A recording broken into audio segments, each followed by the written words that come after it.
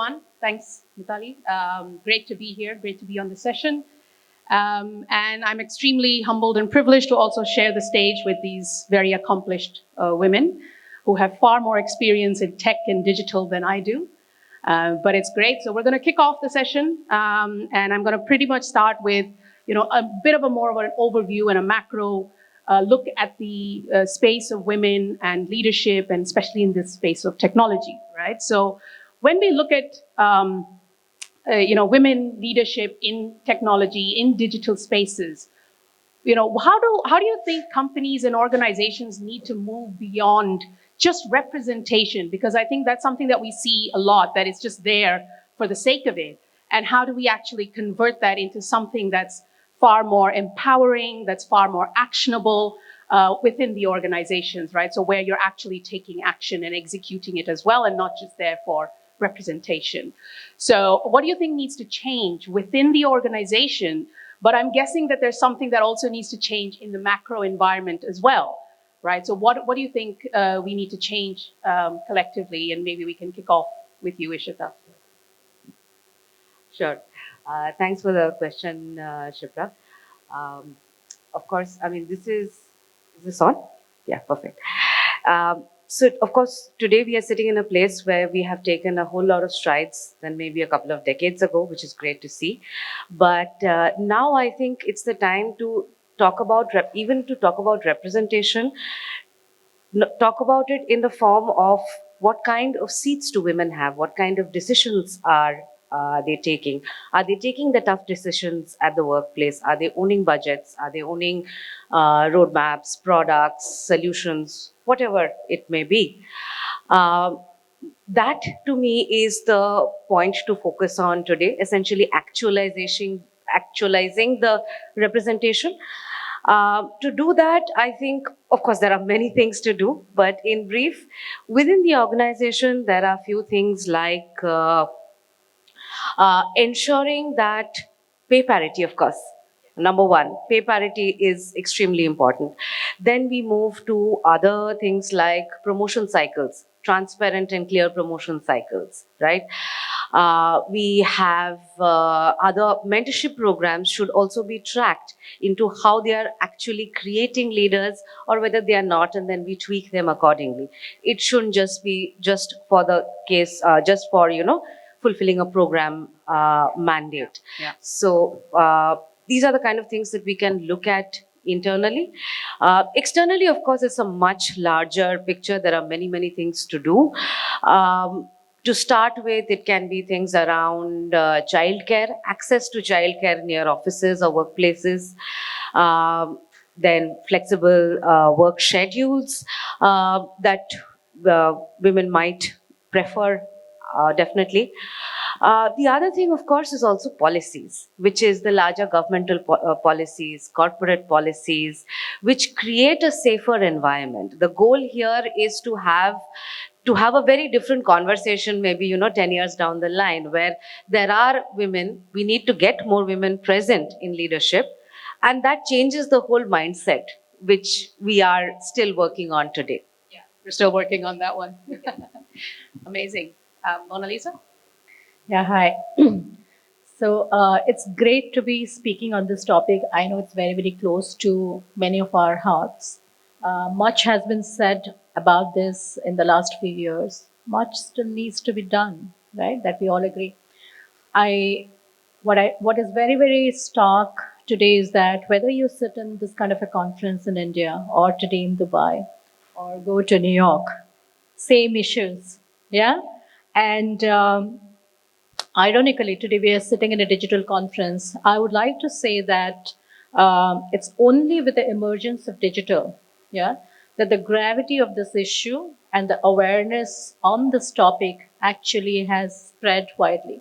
Before that, the issues remained, but the awareness used to be low. So one thing is that digital has helped create a lot of awareness on this. And today, as we talk about what needs to change, I also want to take a moment for all of us to reflect what has happened in the last few years, right?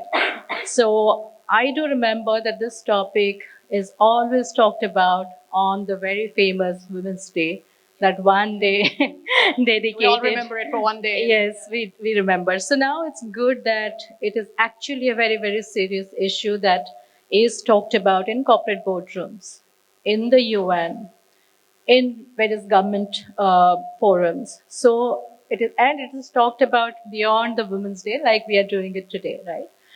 But as you rightly said, what has happened through all that is that many organizations have changed their policy, made it a little bit more women friendly. Good changes have happened, yeah. But we're still just counting numbers, yeah.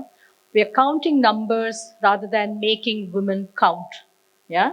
People are publishing, we now have 25% women leaders in our organization. No, come on, we now need to move the needle. We now need to talk about influence beyond representation. And that can only happen if we actually give women, yeah, visibility in strategic roles, enable them and give them, make it equal, remove the biases, remove the obstacles that they face as they go on to take critical roles. So I think you made some really amazing points. I'll not repeat those.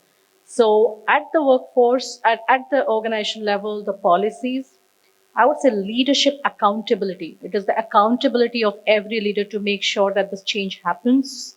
And removal of biases and obstacles is what needs to happen organizationally.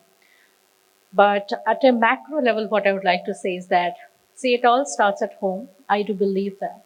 I think as we raise children, yeah, so even at a family level, even at a parent's level, having that equality seeded in and making sure that women do have the rights to dream, yeah, that should happen right from a family level. And at a society level, we just need more and more examples. And beyond just the field of business and technology, yeah, it's great to have Indra Nooyi or today Leena Nair at helm of Chanel. But we need more women like the Sunita Williams, right? In the area of space, you have Malala Yousafzai, who fought for the right to education for girl child. So Serena Williams in sports. So we need more such examples to come. And there I would say it's on us women, right? We need to be that example to let many others dream. That we might. Amazing. Thank you. Thank you, and thank you for the question. I think for me, looking at the 2030 vision from a macro level across countries, it's beautiful to see policies, even in South Africa, where women are given a chance in terms of equity in appointing them in those positions. But in adding to what my sister just commented around developing a girl child from a young age, from the curriculum of universities or high school, from that primary age, I think it's critical that a girl child is given a chance to learn. In South Africa, there are examples of where we're taking a girl child to work. We have a day where we identify that. And then we give a girl child a chance. And also there are programs that have been started around technology. There are companies like Go Digital. Then the girl child are given chances, even other children on weekends, on Saturdays, where there's training from a young age in terms of coding, as well of understanding the new AI that we're talking about for countries. I think for us as countries, we understand from a micro level, we have this fast way where we believe that technology will enable us to move fast to the 2030 vision. So I think it's critical that we understand that technology can enable us, and then by allowing those programs, even at work, in terms of mentorship and development and talent management, we can assist our countries to move faster, to digitalize and ensure that sustainable development goals are implemented.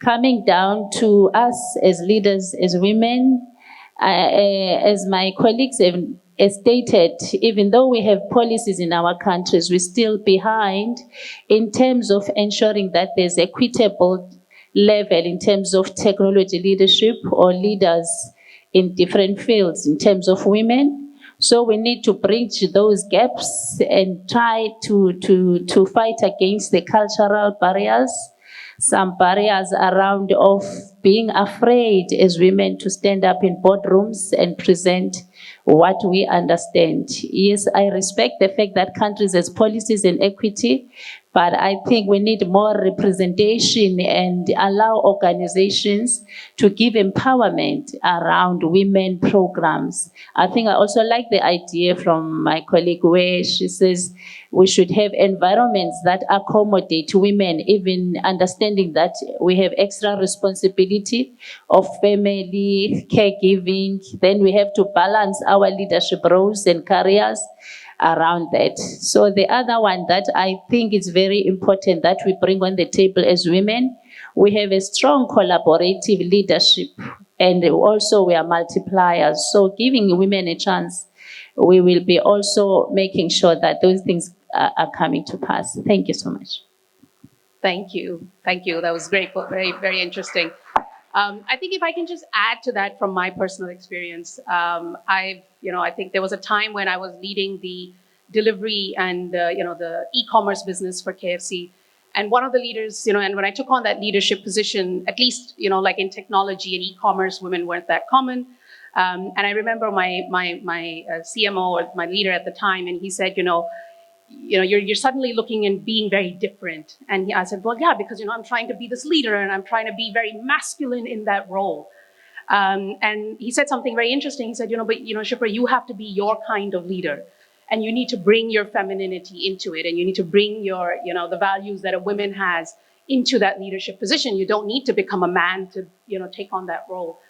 And that's kind of stayed with me because for a long time, at least for us, maybe some of us growing up, it felt, you had to have very, I don't want to be, sounding any sexist here, but, there are certain traits that we just generally associated with leadership that were very male dominated, right? So I think just adding to that for women, like what do we need to have in the organization is also the confidence to bring in our softness and our skills and, what we bring as women to the table and just kind of, sort of having confidence in that. But yeah, thank you guys. So moving on, I'm going to now try and see if I can get you guys to give some nuggets from your personal lives and personal stories to the audience. I'm going to kick it off with Ishita. You've been in Dubai for a while.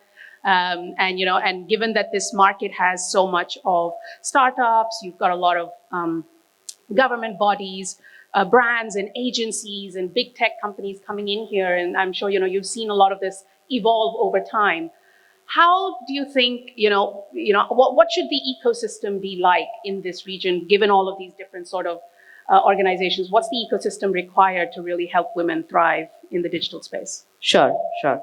Of course, this is a multi-pronged approach. To start with, everything is based, of course, on my experience and learnings in the last few years here, working, growing, talking to other leaders in the space.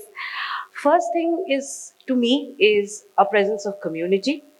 It doesn't really have to be a community for women, by women. It can be any kinds of communities.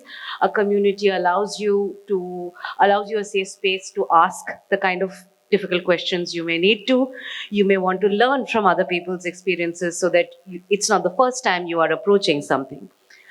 Community also allows you to find mentors. It allows you to find peers who have grown similar things in maybe other geographies, given the melting pot that Dubai is. Organizations like Women in Tech really help in that.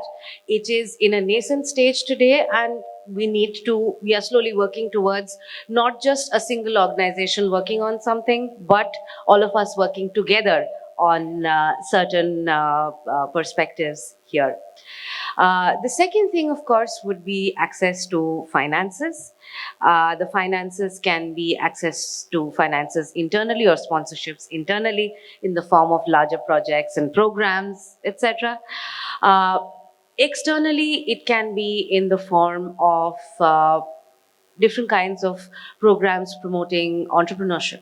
Today, the Dubai government is already running a few programs via DIFC and many other initiatives to support women entrepreneurs, right?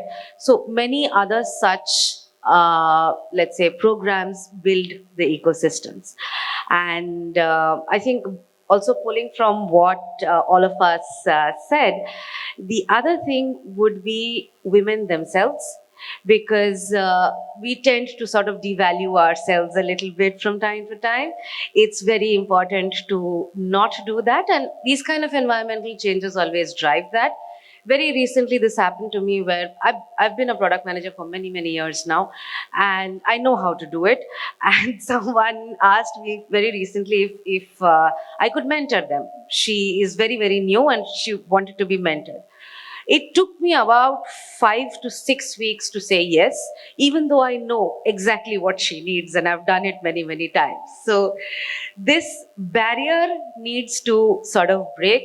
We have to do it ourselves. That is not on anyone else. And but the environment definitely helps. So sorry if I can just kind of build on that for a bit with you. Like, so why do you think that barrier, like, was there personally for you in that scenario? Like, why do you think it was there, and how did you overcome it? I think it's something to do with what you said some time back, that, you know, we grow up with a certain mindset in a certain environment with certain dogmas, and it takes some time to, you know, get out of that. And I think it's not rocket science to get out of that mindset also. It's just logical conversations with yourself or with your peers. If you're lucky, having some great friends.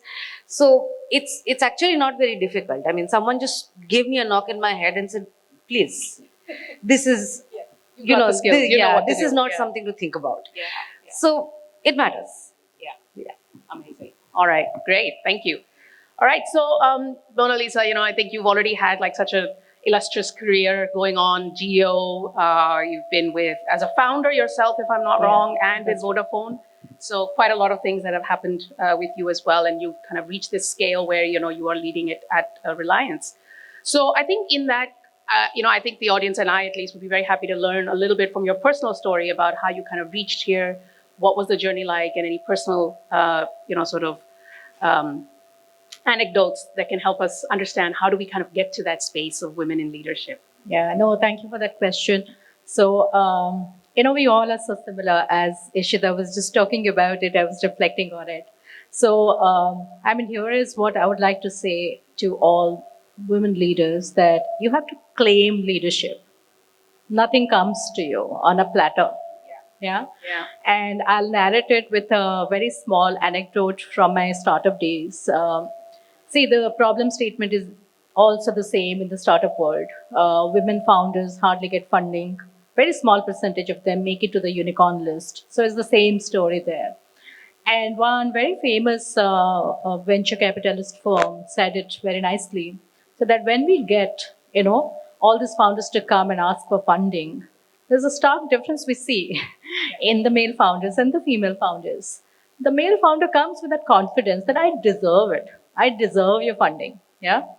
The woman founder will be very realistic and very honest and transparent about the problems that do exist. Yeah. And at times gets into the conversation saying, okay, let me fix it, be ready, and then I'll again approach you for funding. Yeah. So the message here is that you will never be 100% ready. Yeah. So go and claim that leadership. And during that process, do whatever else you need to do, put in that hard work, the learning, whatever you need to do, right, to become as ready as possible. So that's what the other half of the world is doing. So we better not. Yeah. So that's one message I'll give. Second is that you're not always anointed a leader by someone in the organization officially, right? Unofficially, you have to act like a leader if you want to be a leader. Yeah, don't wait that somebody will say that now you are leading this division, this project, this initiative. If you think that you are really the right person for it, first you have to believe in that. Go for it. Even unofficially, you can bring your thoughts and ideas to the table, right? Learn whatever you need to do so that you actually are a deserving candidate. And ladies, network, network, network. I can't say it more enough, internally and externally. You have to have your network of supporters and believers. Yeah, you are great, but the whole world may not know, and it's your duty to make sure that people know about that. Yeah, so create that network and it will come to you. Yeah, so don't wait that someone will anoint you. You have to, as I said, I'll just say, go and claim leadership. If it's your dream, go and just claim it. I think that's really powerful. And two thoughts actually just come to me when you say this. One is that I think women just, maybe more so in the case of women, we just generally suffer from imposter syndrome. Yes. Like, I'm not that good enough. Yeah. I don't think I'm ready for it. And, everything that you're articulating, I think it's just very, it's ingrained for some weird reason. And we need to fight that first. Yeah. So I think that just kind of struck with me as well, as that's something that we need to get over. And I think the other point that you made, I thought was interesting is, you need to kind of go and just take on that leadership role. But I also feel that leadership isn't a designation. Yes. It's a mindset. And even, I remember that even when I was very junior and young in my career, like leadership is just a trait. It's what you bring to the table. It doesn't necessarily need to wait for a role or a promotion. And it doesn't start from there. It actually starts from much earlier. So, how can we just start at least making young women and young people in their careers start believing that sooner? Yes. So that when they actually reach that opportunity, then they don't have that imposter syndrome. Correct. Probably as much. No, you said it very powerfully, Shipra. Leadership is a mindset. Yeah. It is. It's not a title. Yeah. Absolutely. All right, Nomazwi. Okay. So with 22 years of experience, you're one of our most senior person here in terms of the technology space. So I think now let me just shift the gear and ask you as a leader, right? Like if we're looking at you specifically as a leader, what do you think are some of the actions that you can take that, would probably help drive, innovation or foster more, collaborations, mentorship opportunities for the women in the organizations and in the digital space? Okay, thank you. Yeah, I think my sisters here have said it very well. Just to add from my angle, I think leadership is a mindset, and also any leader should come to orchestrate a change or a solution to whatever the challenge that may organization bring. So from my experience, I've been privileged to lead eThekwini Municipality and other ports of the world, as well as the universities in my career. I think what I come up with is, for us as women, in adding to my colleagues, a leader, like what you just said, sometimes you are a leader even before the title. So the title might come later or may not come. So it is important to take a stand and take a space that you are given and use it effectively. So from my experience, I've seen myself leading technology rollouts or digital programs, which if I look at myself, I would fear it and think I can't do this. But given a chance and taking opportunity, it helps you to lead. I think one of the skills I have is to have a visionary leadership. I've seen myself analyzing things ahead, the outcomes, and I'm a very goal-oriented person. So I will make sure that whatever we put our minds to, we work hard, even if it takes after hours, like how men do. So we have great examples of men as women who are resilient to face things. When we look at them as women, we feel like, no, I can't do it, but it's possible. So I want to say to women, take the opportunities, go an extra mile, have a systems thinking and human focus in your leadership. I've done that with the leadership program of digital transformation at the city where I am. The way you collaborate things, you don't just do technology for technology's sake, but ensure that there's inclusion of different people or stakeholders you're working with, then managing that between the collaborating leadership, then it helps you as a leader to be successful. So in my career, I've done that, and it has helped me to be able to lead successfully. Thank you. Amazing. Thank you, Monalisa. So if you could just stay further on the thing, we are now in December, almost over with the year. 2026 is just around the corner.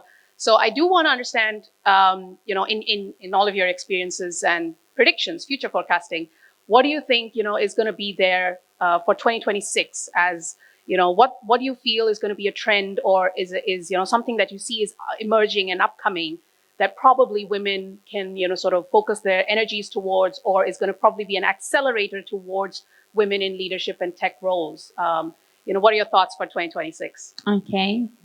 2026 is here, starting from this year, 2025. Any digital transformation provokes a strong cybersecurity mindset. So I would like to encourage women to develop themselves around cybersecurity skills so that when you digitalize, you make sure that you can manage the risk through innovation and ensure that your digital transformation journey is of the best outcome. So we are also living in the world of AI. In many organizations, we may have challenges in terms of resources, in terms of human resource. In my environment, we've started to implement AI chatbots to leverage the skills or the shortage of resources in different technology rollouts. So I would encourage women to look more on the AI so that we can cover the in-between and the challenges we are faced with in technology. And also the last word would say, women, this is your time, take it. And also to men, because it's important to think around diversity. We have diverse groups. Let's all work together and thrive and rush for 2030 vision of our countries with our technology and digital skills. Thank you. Thank you, Nomazwi. Yeah, Monalisa? Yeah, I think Namaz touched on this. I think all of us know it's now the era of AI, and it's an opportunity for women to really embrace it. Yeah, it's not a tech that we need to be scared of. In fact, it is lowering the barrier to entry. If earlier, one didn't know coding or deep tech, now with low code, no code kind of systems coming up, it's a chance, it's an opportunity to embrace this and really be the innovator and build something that you have always wanted to build. So that's A, it's becoming a leveler. Second, it's your most powerful personal assistant, right? So let's move over Alexa and Siri playing us music, switching off lights. Now you have AI at your beck and call, and which is going to make you more intelligent, more productive. And actually, as Nomad said, right, even in the absence of other people helping you, you have very powerful tool at hand. I think let's dream big in 2026 and embrace AI. Ishita? Some really great perspectives. I think you've covered more or less everything. But maybe adding to all of this, what I am truly excited about is how all of the technology and the automation is going to help us change our lives in certain ways. Having spent so many years in the technology sector and coding and debugging, I am very excited to move to that stage where the tool can be built very quickly and we can spend more time on how to use that tool, how to perfect that tool, how to interact with that tool, or how to, make it better, how to make our surroundings better. So I think last 20 years has been spent a lot on building technologies. I am very excited about how these technologies can now be used to again be human beings and bring the human element back. This is not just applicable for women. This is globally, and I'm truly excited to see how this is going to help us change and hopefully not regress but progress. Amazing, yeah. And I think if I can also just reflect on this recent conversation that I think the NVIDIA CEO had, where he said that basically we need to start leveraging and using a lot of these AI tools and software that are available, like you guys were saying, to actually be more productive. So it's not like they're actually out to take our jobs and roles. It's actually they can enable you to be faster and then actually do more work, like be a lot more productive. And I think maybe 2026, at least that's my resolution, that I'm going to put in a lot more. And you upgrade from just ChatGPT to now starting to use a lot more of them so that you can get time back to actually do things that are more meaningful and useful, right? So yes, so I think that's what 2026 looks like. Do we have 5 minutes or? All right, great. So I thought I would also spring a bit of a surprise for you guys and just do a very quick rapid fire round. So it's nothing too deep and serious, but I'd love to know the first word that kind of comes to your mind. So what is that like one non-negotiable that that women must start to demand in workspaces? Like, what do you think is that one big thing? Anyone? I think the power to speak up. Okay. Shouldn't be ashamed. Just speak. Speak up. Just go there, talk about it. That's Yeah. it. Non-negotiable. My dreams, non-negotiable. Your dreams. Yeah. All right. I think our voice, wherever we are, is very important. Thank you. Okay. And then conversely, if I'd asked you, what would be something that we should just control alt delete, like get it out of the system, get it, like remove it, or just have it like out of organizations or mindset even. What is that one thing we should just drop? I think one thing we should stop is to underestimate the power that we have. Yeah, we are powerful. We have the same skills like anybody else, so we must take up space. Amazing. Yeah, I would say biases and limiting mindset. All Okay. control delete. Yep. Alt delete. Yep. I'd say approaching equality as a thing to do.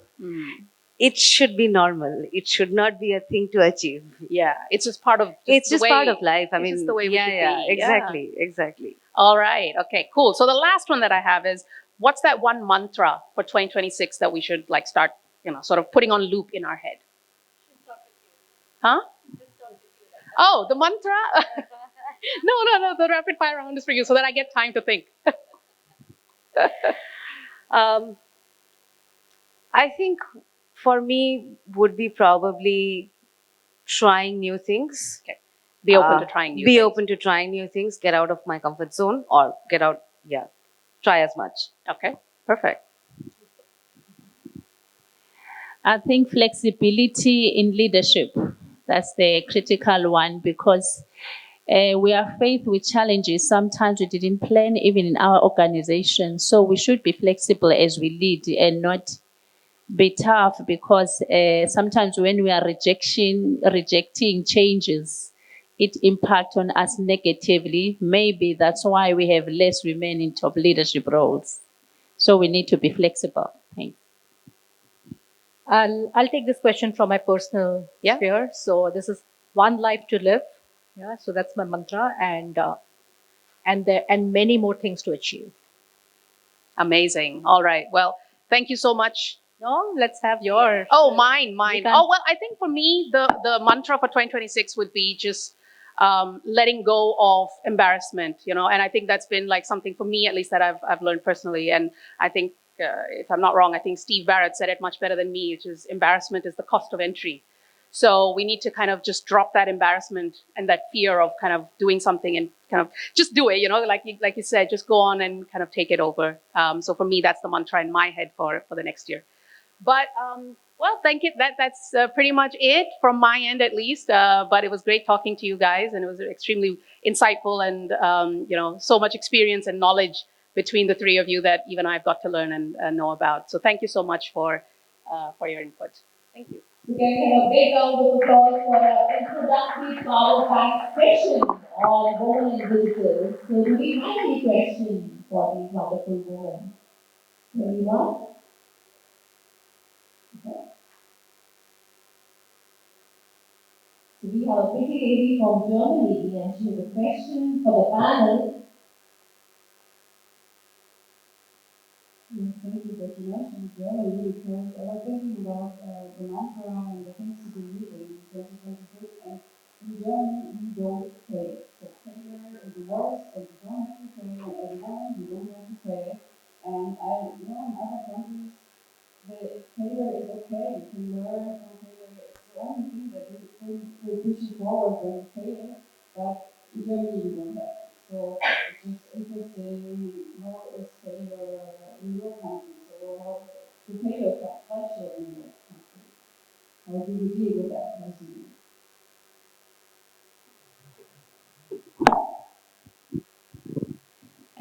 Thank you.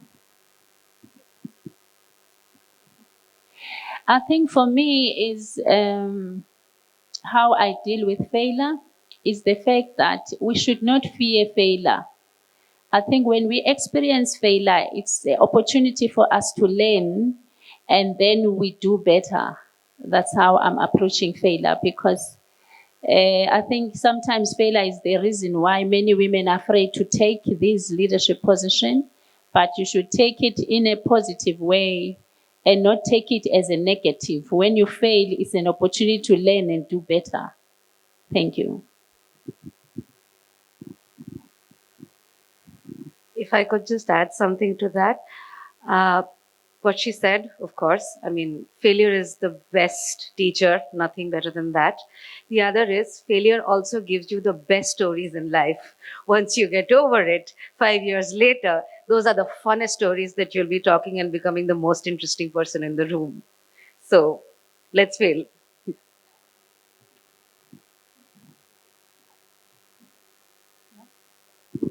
Yes, you rightly said that failure gives a lot of learning, and gives a lot of opportunity as well.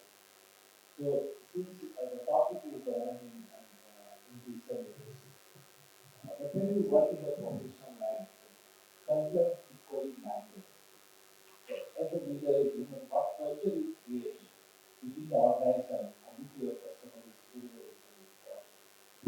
So, when I hear many of you, your thoughts on that. So I can kind of work with that. So I think from a culture perspective, I think that was the point that I was touching, that women just as species, right, as a gender, we generally are associated with certain skill sets of just nurturing, maybe a lot more collaborative, a lot more compassionate, etc. And over the years, at least in my growing up, the roles that were mostly for leaders were all men, and therefore you assumed that it would be a lot more dominant. You associated it as, okay, you have to be strong, you have to be a little brutal, you might have to be a bit, pushy. And then those weren't traits or values that, necessarily aligned with me when I was growing up. And I didn't see that in leadership either as we were there.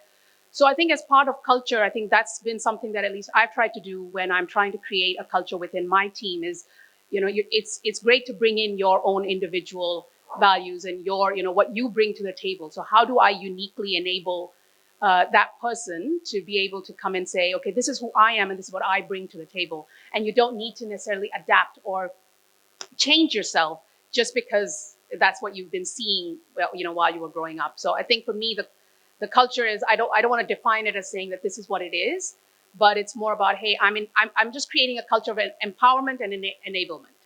These two things, if I can create that culture, then I assume that the person who's coming in is feeling empowered to do something and create it on their own.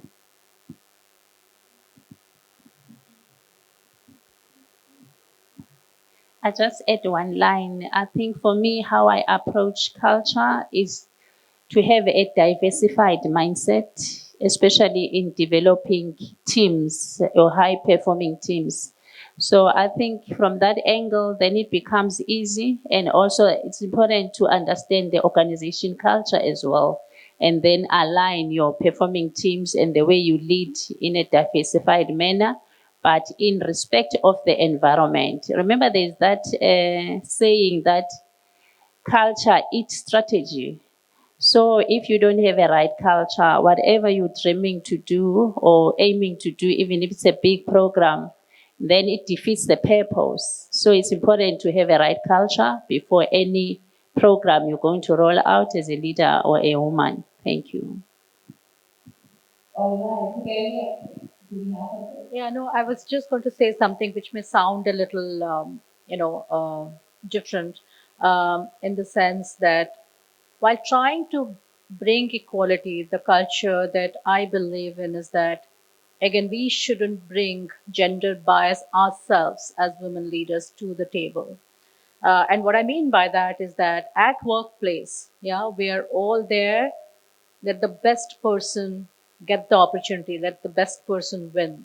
So just because we want to promote and encourage women leadership, that doesn't mean also that we need to bring the bias over there. So it may sound a little different than the topic, but yeah, that's the culture that I'm promoting.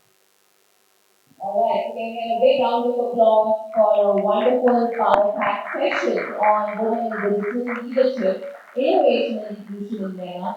So thank you Nomazwi, Monalisa, Ishita and Shipra for being a wonderful moderator. So can you please come in front for a group photograph? So can we have background music in the feedback?